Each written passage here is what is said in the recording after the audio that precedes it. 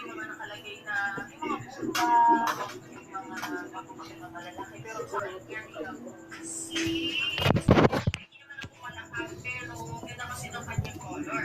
Tapos, ito pa yung mga ibang cup. Sunod! Ito naman ay pag-kids. Face cake. Wonderful kasi.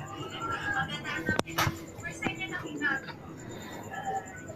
Tapos, Shannon! Ito naman ay cake sa ito. Parang kami. Pare-parehas kami ng kapos. Ako, syempre, like, mabait na niya silang dalawa. Tapos,